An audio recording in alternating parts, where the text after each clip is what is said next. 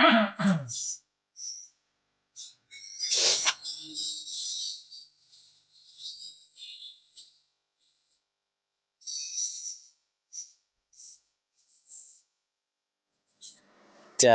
ติว่าเป็นน้ำก็ลังว่าบลอนเขียมปลา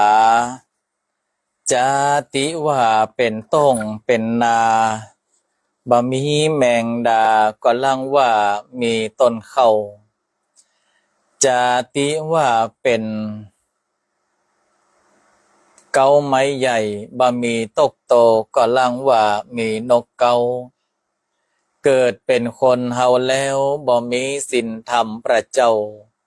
คนเท่าเปิ้นจังประมาทดูแควน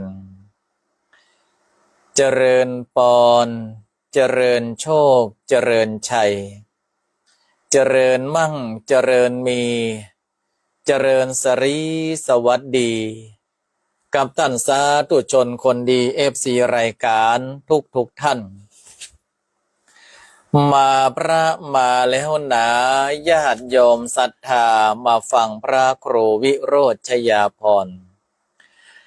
กับรายการธรรมะนึ่งกำลังใจสไตล์ล้านนาโดยอาตมาพระครูวิโรจน์ชยาภรณ์วันนี้นำรายการมาโอ้จากับศรัทธาญาติโยมท่านสาธุชนกันจำครั้งหนึ่งก่อนที่อาตมาภาพจะได้ติดงานแสดงพระธรรมเทศนาเนาะก็คือตั้งแต่วันที่17เป็นต้นไปเนี่ยก็จะเอาเนื้อหาสาระธรรมะและความบันเทิงมาโอ้จ๋ากับศรัทธาญาติโยมท่านสาธุชนท่านทั้งหลายกันได้สดับรับฟังกันในค่ำคืนนี้กับสภาพอากาศที่ค่อนข้างที่จะร้อนอบอ้าวพอสมควรแต่ได้ข่าวว่าตังจังหวัดเจียงไฮ้อำเภอแม่สายอำเภอแม่จันทร์บางส่วนได้ทราบข่าวว่าก็น้ำท่วมเนาะโดยเฉพาะที่บริเวณถนนนาราชภัฏเจียงไฮ้อันนี้ก็น้ำท่วมหนักอยู่แล้วก็ตังคณะศรัทธาที่อยู่อำเภอแม่สายกาดอย่างก็ใส่ลมจอยอีกที่อยู่ชายแดนไทยพม่าก็มีน้ำท่วมขังเป็นน้ำสายเนาะที่มีต้นกำเนิดเกิดมาจากในฝั่งแผ่นดินพม่านั้นมีฝนตกหนักทำให้ระดับน้ำเพิ่มสูงขึ้นแล้วก็เข้าท่วมบ่ฮู้ว่าบัดเดี๋ยวนี้เป็นอย่างใดพ่องแอดมินธรรมะภาคเหนือบอกว่าอำเภอเวียงป่าเป้าจังหวัดเจียงไฮ้ฝนตกหนักกำลังหยุดเนี่ยแสดงว่าฝนไปตกตังเจียงไฮ้หนักนะตังละปูนฮ้อนเนอแอดมินธรรมะภาคเหนือเฮ้ยแบ่งปันกันมาตกตังพี่พ่องก็ได้เนาะเอาละก็ขอเจริญพรยินดีต้อนรับทุกท่านเข้าสู่รายการในค่ำคืนนี้ก็แล้วกันโดยในค่ำคืนนี้นั่นอาตมาภาพก็มีโอกาสได้นำเอาเนื้อหาสาระธรรมะจากเพจเฉยเมยมาโอ้ฮือศรัทธาญาติโยมกันได้รับฟังกันแต่ครั้งหนึ่งวันนี้ต้องขออนุญาตใส่แว่นแต่ว่าไม่ได้ใส่แว่นรู้สึกว่าจะพออันอย่างมาไข่หันทีอ่านชื่อเปิ้นผิดเปิ้นถูกไปก็มีต้องขอสุมาอภัยเอามาทักทายกันก่อนกับบรรดาศรัทธาญาติโยมท่านสาธุชนคนฟังที่ได้เข้ามากันแล้วพี่น้อยจะพอคนหลังพระอันนี้จากอำเภอลีเนอะสาธุโนโมตนาแม่เลี้ยงAIA วลัยพรเนตรภาพมาแล้วสาธุครูบาอารามบุญทวีกราบไหว้สานะครับเนอะโยมแม่อรวรรณวงพันธ์โยมแม่สุแก้วคำอ้วนเนาะที่ได้เข้ามาชมรายการแล้วก็ท่านอาจารย์พิเชษฐ์จากวัดนาแช่ FC 5 วิมีไหนให้ละหายแซบไปแล้วก็โหเนาะที่ได้เข้ามาชมรายการ อาตมาภาพก็แชร์รายการไปในเฟซของอาตมาภาพแล้ว เพื่อว่าหลายๆคนนั้นก็จะได้หันรายการตัวท่านเจ้าวัดปุจจาลปูนมาแล้วโอ้ท่านพระครูรัตนสิริวัฒน์ต้นแก้วอธิวรารามเหล่าสันปิงเนาะโยมแม่เกศรปันดอนตองโยมแม่ยุพินกันมะโนอีกอันผิดอันถูกก็ต้องขอสุมาอภัยตีได้เอื้อนเอ่ยเจรจาถ้าอูจื่อมาถูกประการใดวันนี้ก็อยู่ด้วยกันเนาะยาวๆจนถึง20:30ที่จริงก็เป็นเวลาปกติแต่เราก็ให้มันเปิงว่าอยู่กันไปยาวๆ20:30ช่วงนี้ก็ระมัดระวังในเรื่องของโรคไข้เลือดออกแล้วอาตมาภาพก็ดูข่าวว่าตอนนี้องค์การอนามัยโลกเปิดประกาศให้โรคฝีดาษลิงเป็นโรคที่แพร่ระบาดเนาะโรคฝีดาษลิงนี่นะซึ่งโรคนี้เนี่ยก็เริ่มมีการแพร่ระบาดข้ามประเทศ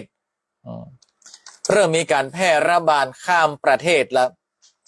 โรคฝีดาษลิงหรือว่าฝีดาษวานอนเกิดจากเชื้อไวรัสที่อยู่ในสัตว์ฟันแทะประเภทหนูกาอย่างกระติ้มใจเขี้ยวเงียนเนี่ยนะโยมอย่างนะอ่านว่าได้เจอท่านที่วัดศรีบัวบานเจ้าโยมน้อยเอกอ่านผิดอ่านถูกสมาภัยเนอะเกิดจากสัตว์ฟันแทะบนทวีปแอฟริกาโดยเชื้อนี้ได้แพร่ไปยังสัตว์อื่นหมายความว่าแพร่ไปยังสัตว์อื่นได้แล้วก็สามารถแพร่จากสัตว์ไปสู่คนได้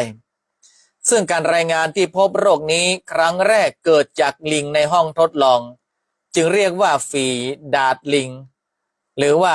ฝีดาษวานอนนั่นเองโดยโรคนี้เนี่ยพบมีการเสียชีวิตโดยศรัทธาญาติโยมทั้งหลายเกิดจากกลุ่มไวรัสเนาะอาการของโรคฝีดาษลิงก็คือ1มีไข้สูงปวดหัวปวดกล้ามเนื้อปวดหลังรุนแรงอ่อนเพลียเจ็บคอคลื่นไส้อาเจียนมีผื่นแดงขึ้นตามร่างกายเนาะอันนี้ก็คือว่าในระยะ7 วัน11 วันนี่แล้วก็อาจจะถ้าหากว่ามันร้ายแรงก็อาจจะถึงแก่ชีวิตได้อันนี้ก็ต้องระมัดระวังกันตัวในโรคฝีดาษลิงเนาะขอแสดงความยินดีกับโยมแม่สมบูรณ์มาจ้าเนิร์ดที่ได้รับพระราชทานเครื่องราชอิสริยาภรณ์จะธรรมดานะFC เฮาได้รับพระราชทานเครื่องราชอิสริยาภรณ์โยมแม่สมบูรณ์มาจ้าว่างเนอะโยมแม่เนอะจะทำบุญเมื่อใดก็บอกเนาะวันนี้ก็ยังอยู่ในเพจเฉยเมยเอามามาจากกันอาตมาภาพจะ1 คำก็คือคำว่าเลือกในชีวิตของคนเราเนี่ย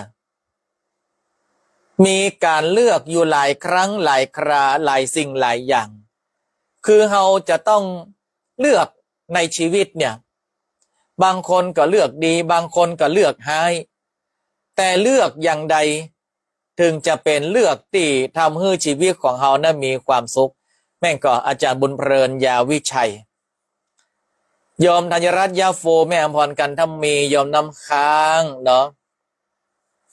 พ่อเลี้ยงบอมสาธุเนอพ่อเลี้ยงบอม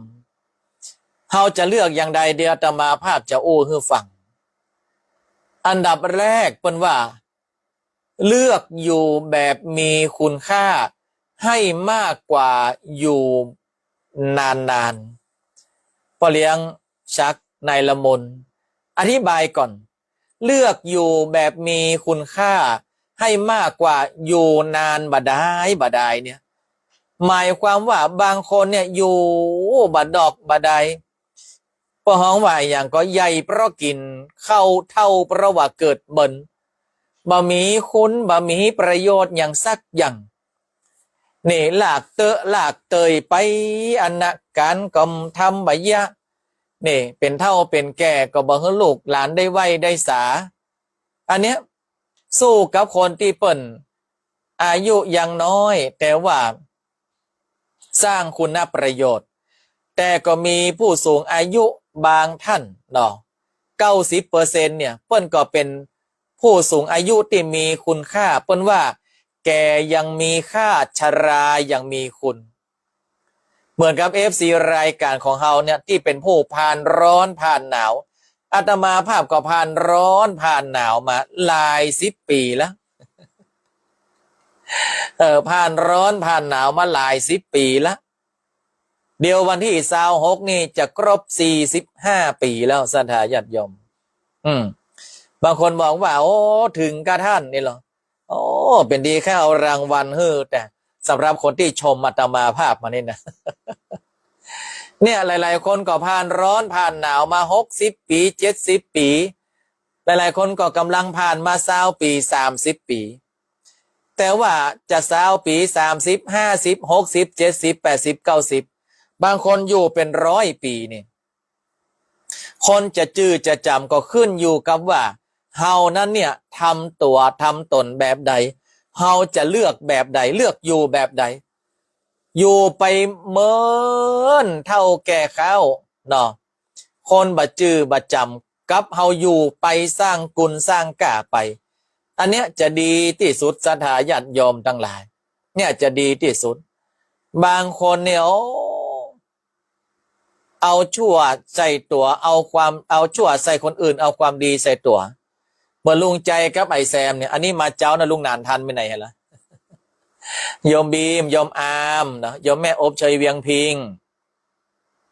โยมแม่บวรโยมอมพรโยมแม่สำรวยทาเปียงเมื่อลุงใจกับไอ้แซมวันหนึ่งลุงใจมาปรับตุกกับไอ้แซม ก็นีมาป้นเอา35 ดีกรีมาตัวนี้มันจะว่าส่งเสริมนะมันจะว่าส่งเสริมคือมันเปิงไอ้แซมนั่งอยู่ห้านหล่อลุงใจกันแล้วต่อเล่าเข้าปากมันดึงแอแจมโหไอ้ยังเราเหลือลุงกินน้อยเดียวทำเป็นกันมันก็เหมือนกันนะแจมมันเดียวนี่งามบ่ะบังเฮาเมืองเฮามันช่องมากจากทางแชมโหลุงอย่าไปเรื่องการเมืองเนอะอันตรายนะเดี๋ยวจะเข้าคอกเบาหูตัวแชมอันนี้ลุงมันไม่ใช่หมายถึงการเมืองแชมแล้วลุงหมายถึงอย่างว่าคนเฮามัน2 มาตรฐานไม่ลองเกิดพอรู้แชมขนาดเมียลุงเนี่ยมันยัง2 มาตรฐาน2 มาตรฐานอย่างใดลุงเบิ่งเมากะวันเปิดจะมงคลที่ผ่านมาเปิ้นเอาพระโคล่อไปเชียงไทยอันนั้นผมหานกะผมพ่อตลอด พระโคเปิ้นกินเหล้าแชมเอาเปิ้นจำง่ายว่าพระโคกินเหล้าเป็นสิ่งที่ดีการค้าการขายการคมนาคมเตียวไตกับต่างประเทศจะเจริญรุ่งเรืองลูกแชมอันนั้นก็ถูกตามโหนเพื่อรอให้แชมแล้วที่กูกินเหล้าเมียกูยังด่ากูแชมว่าเอากินชิบกินหายกินจนว่าตกต่ำย่ำดินกูให้ไปเกิดเป็นพระโคแชมกินเหล้าจึงบะหมี่ไปว่าเฮ้ยดอกบาแชมบ่จากหน้าเกิดเป็นงัวบ่ลุงก็ว่าไปเลยเปิ้นอันนั้นเป็นการทำนายอันนี้เมียลุงมันด่ามาคนละประเด็นช่องมาตรฐานแชมช่องมาตรฐานเจ้ากูแกเนี่ยคนเฮาบอกว่าใหญ่เพราะกินเข้าเท่าประวัติเกิดเมินเหี่ยบดอกบดายฉะนั้นเลือกอยู่แบบมีคุณค่าให้มากกว่าอยู่นานๆโดยเปล่าประโยชน์นะอันนี้เลือกประการที่1เลือกประการที่2เพราะว่า เลือกเป็นคนที่น่ารู้จักให้มากกว่าเป็นคนที่มีชื่อเสียงคนน่ารู้จักแสดงว่าเป็นคนที่คนฮักคนหุ่มหรอกเนี่ยคนใดก็ใครหูจักคนใดก็ใครอยู่ไกลคนใดก็ใครอยู่ตัวยเพราะว่าเป็นคนมีศีลมีธรรมมีน้ำจิตน้ำใจเป็นคนดีอันเนี้ยก็บอกว่าคนที่น่ารู้จักส่วนบางคนเนี่ยมีชื่อมีเสียงก็มีบัดดอกบัดใดอันนี้อาตมาภาพบัดได้ว่าเฮือไผ่นะมีชื่อเสียงในหมู่บ้านก็แล้วกันเนาะโอ้มีชื่อเสียงในหมู่บ้านเป็นเอ็นคอนี่ตั้งบ่าขึ้นทางบนโอ้เหลือพระมหาอุปคูตก่อนเง้นขึ้นอีกพอเอาไปจ๊อกไปฟ้าป่นห้องอย่างใดก็ตึงบ่เหยแน่คนก็บ่ให้หูจักมันหรอกโอ้แต่งตัวจัดดีจัดงามน้ำใจละน้ำหาก่อนอีท่านพิเชษเนี่ยคนประเภทนี้มีชื่อมีเสียงบ่ได้ไผ่บ่ให้คบไผ่บ่ให้หาพวกไหลไปนั่งโซฟาคนเดียวปอกล็อกง่อมบังง่อมเตือนนี่โฮงครัวนี่อู้กันอ้วนเนี่ยเพราะว่าอย่างเพื่อไปอยู่ด้วยกันฮะหรอเพื่อนช่วยกันหรอพี่หูสองน้องหูหนึ่งนี่เพื่อนบ่ได้ว่าถือเนื้อถือตัวอย่างเนี่ยไอคนที่คอตั้งบางเงี้ยขึ้นอย่างพระอุปคูตนี่เนาะอันเนี้ยมีชื่อเสียงอย่างใดก็ได้ไผ่ก็ตึงมาให้เข้าใกล้ฉะนั้นเราเลือกเป็นคนที่น่ารู้จักให้มากกว่าเป็นคนที่มีชื่อเสียงแล้วบ่มีภัยยาคบค้าสมาคมตัวอันนี้ต้องเลือกนะเลือกเป็นคนที่น่ารู้จักมากกว่าเลือกประการต่อไปเพิ่นบอกว่าเลือกเพื่อนน้อยคนที่ดีๆให้มากกว่าเพื่อนมากมีแต่ไม่จริงใจเลือกคนที่เป็นเพื่อนเฮาเนี่ยอันเพื่อนดีมีหนึ่งถึงจะน้อยดีกว่าร้อยเพื่อนคิดริษยาดูรอเรือต้องลายนะเพราะว่ามันร้อยหรอกเมื่อก่อนยมแม่อบเชยเวียงพิงอันยุงนี่ก็ครบนี่แต่เนาะขนาดอยู่ในห้องมันยังตามมาครบกว่านะยุงนี่นะทำเพื่ออาตมาภาพเกื้อนหาโฆษณาชิ้นหนึ่งยุงมีแต่ยุงมีแต่ยุงมันกวนหัวใจปิดประตูกลางมุ้งเจ้ายุงยังตามมาได้ หนีขึ้นบนหลังคาแน่ยุงยังมากวนใจต้องใช้ยากันยุงหัวไก่เนาะปอเท่าเนาะแม่พงชวีเนาะต้องใช้ยากันยุงหัวไก่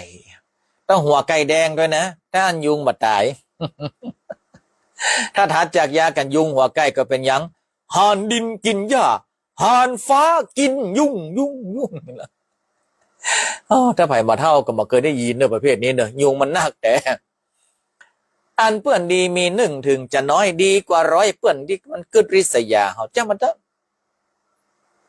ไปเอาคนสองคนสามคนไปกับเพื่อนที่รู้ใจ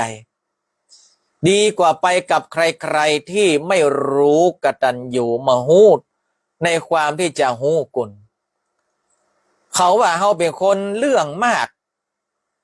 เฮามาเจ้เรื่องมากแต่เฮาเลือกที่จะคบคนศรัทธาญาติโยมทั้งหลายเมื่อก่อนไม่เลี้ยงนะรุมนเฮามาเจ้คนที่เรื่องมากนะแต่เฮาเลือกที่จะคบคนเฮามาเจ้เอ็นอย่างเก่าตักมาเฮาก็ตักตอบโอ้มาเฮาก็จ่าไปแต่ว่าเฮาบ่ได้เอาเป็นเพื่อนเฮาบ่ได้เอาเป็นกัลยาณมิตรเพราะว่าอย่างเพราะว่าเฮาฮู้แล้วว่ามันบ่ดีหน้าโอ้ซื่อใสอินโนเซนต์เหลือดาราญี่ปุ่นก่อนแก่นตานี่ละโหเหลือปลาแซลมอนก็อย่าแต่รับหลังแล้วพอต้องมีดดาบยาวเป็นวาป่ายปุ่นมันพร้อมที่จะแทงจะฟันเฮาตลอดเวลาประเภทนี้มีร้อยกับเปลืองบ่ดอกบ่ได้เปลืองเข้าเปลืองเหล้าเปลืองเบียร์นะปเลี้ยงต้นวสันเนาะฉะนั้นคนเฮาเลือกมีเพื่อนน้อยแต่เป็นเพื่อนที่ดีเพื่อนที่เป็นกัลยาณมิตรเนี่ยดีกว่าร้อยเพื่อนนักแต่มันบ่มีความจริงใจให้กันเลือกอันนี้น้อยดีกว่าแล้วเลือกประการละสุดท้ายเพิ่นบอกว่าเลือกเดินตามเสียงของหัวใจมากกว่าเลือกเพราะใครๆเขาเลือกกัน หมู่เนี่ยหมู่ที่ว่าเลือกเพราะใครๆเขาเลือกกันเนี่ยเขาเรียกว่าหมู่ประหยัดไฟก็คืออย่างหมู่เบอร์ห้าสถาหมู่เบอร์ห้าหมู่ประหยัดไฟเปิ้นโลไปทางใดก็โลไปด้วยเปิ้นเปิ้นชอบไปทางใดก็ชอบไปด้วยเปิ้นแย่อย่างก็โลแย่ด้วยเปิ้นทั้งนี้ตัวที่มีความโหมามีความเชี่ยวชาญอันนี้บอกว่าหมู่ประหยัดไฟหมู่เบอร์ห้าปีนเอาคนเดียวเบอร์ห้าเหรอหลายๆคนก็ปีนได้แล้วเปิ้นเพราะว่าผวนคำเนาะแทนที่เราจะสำเร็จเหมือนเปิ้นมันจะไปสำเร็จอย่างใดอย่างตัวจ้างเต้นตัวจ้างเต้นและหันเปิ้นหล่นไปเป็นนักฮ้องกันได้ดีก็สดไปฮ้องโดยเปิ้นปะเต้าเสียงนี่เหลือน้ำย้อยใส่สังกะสีก่อนเหลือน้ำย้อยใส่สังกะสีฮ้องมาใจม่วนมาจ้างยังดีกว่าไม่มาถ้าทีเต้นนี่ไผ่ก็เทียบบ่ได้ฉะนั้นคนเฮาเนี่ยจะต้องศึกษาตัวเองค้นคว้าตัวเองแล้วก็ต้องใช้ตัวเองให้เป็นให้มันถูกห้อมสถาญาติโยมทั้งหลายให้มันถูกกับความเชี่ยวชาญของตัวเราเองแล้วเราจะสำเร็จในสิ่งนั้นๆเฮามาต้องไปตามเปิ้นเฮามาต้องไปตามเขาตกลมตกจมเขาขึ้นวับวับเฮาลงวับวับเพราะอย่างเขามีความชอบเขามีความเชี่ยวชาญแต่เฮาบ่ได้มีความชอบบ่ได้มีความเชี่ยวชาญอย่างเขาล่นไปโดยเขาไปโดยเขานี่พุ่มพวงเปิ้นว่าอย่าเหิมอย่าเหิดทะเยอทะยานนี่อย่าอาตมาภาพนี้โป่งอาบัติกูว่าน้ำต้องกลัวนะนะคนที่เปิ้นมีความสำเร็จในชีวิตเพราะว่าเปิ้นมาได้เบอร์ห้าไปโดยคนอื่นเปิ้นเอาเสียงเรียกแห่งหัวใจว่าสู่ธนัดอันนี้สู่มาทางนี้เนอะสู่ธนัดก็ไปสู่ธนัดก็สร้างก็สร้างไปสู่ธนัดอย่างก็เงี้ยไปสถาญาติโยมทั้งหลายเนี่ยมาใจว่าโลไปเตเปิ้นแล้วตัวเก่ามาได้มีความโหอย่างแต่ที่จะสำเร็จเป็นว่าว่างเวิร์ดเนาะมาได้อย่างสักอย่างอันนี้ก็คือการเลือกที่อาตมาภาพเอามาให้ฟังว่าเลือกอยู่แบบมีคุณค่าให้มากกว่าอยู่นานแล้วไม่มีคุณค่าอะไรเลย2เลือกเป็นคนที่น่ารู้จักให้มากกว่าเลือกเป็นคนที่มีชื่อเสียงแต่ไม่มีใครรักเลย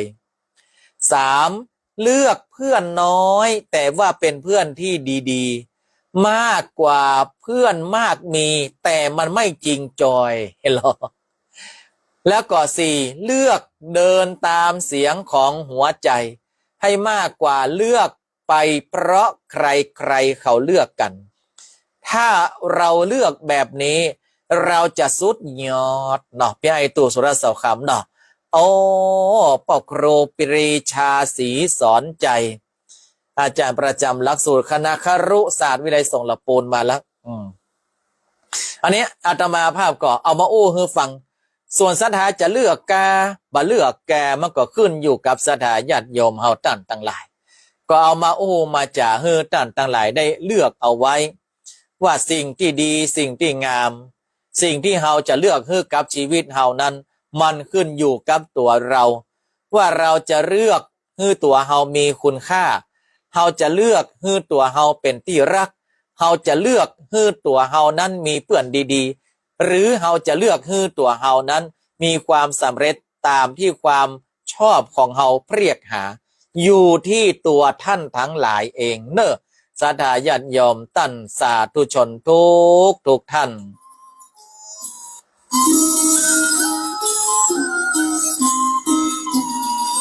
ตายรายการแล้วน้องปกครูปรีชามาจ้าเนอะไว้ในหนาลุงใจก็ไอ้แสนไปเรียบร้อยแล้วโยมเจริญเตชะคำโยมจิรทิพย์หลวงมณีวันหลวงพ่อนะพระครูวีรกิจสถาพร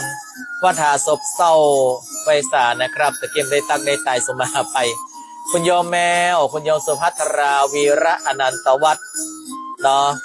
โยมแม่มิตรขนองนึกอันนี้พร้อมลูกหลานจากแม่ซอดเนาะแม่มิตรขนองนึก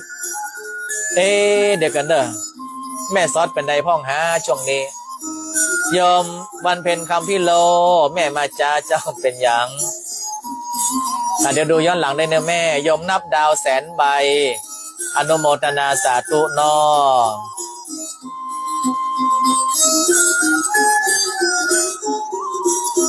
มงคลดิถีวันนี้เลิศแล้วไหว้วอนพระแก้วปกปักรักษาศรัทธาพี่น้องที่เข้ามาหาฟังเสวนาธรรมะวันนี้อันใดบ่ดีอย่าไปจู้จี้เก็บแต่ยามดีเล่าสาวขอสามัคคีอย่ามีแตกร้าวขอปันจกแก้วปอนใจเพื่อรัตนะดวนแก้วสดใสเป็นเจ้าตรงใจร้อยสาวขวบเข้าร้อยสาวขวบเข้าเนอสำหรับวันนี้ขอนำรายการจากลากันไปก่อนนอป้ากันใหม่พรุ่งนี้เป็นวันศุกร์ทุกวันศุกร์เราจะเจอกันบ่าย2 โมงถึงบ่าย3 โมงเนอะทุกวันศุกร์เราจะเจอกันบ่าย2 โมงถึงบ่าย3 โมงในเฟซธรรมะ1กำลังใจวิโรจน์ชยาพรพรุ่งนี้วันศุกร์ป้ากันบ่าย2 ถึงบ่าย3ใครที่อยู่เชียงใหม่ก็รับฟังผ่านทางสถานีวิทยุ 96.0 เมกะเฮิรตซ์ได้เนาะสำหรับในวันนี้ก็นำรายการจากลากันไปก่อนโนโมทนาเนอที่ได้รับชมกันยังไม่อบเชยเวียงพิงแม่เลี้ยงจารุวรรณแก้วกันตีเนาะลุงสุภาพสุสิริพุนชัยคุณโยมบีมสาธุอนุโมทนา111บุญรักษา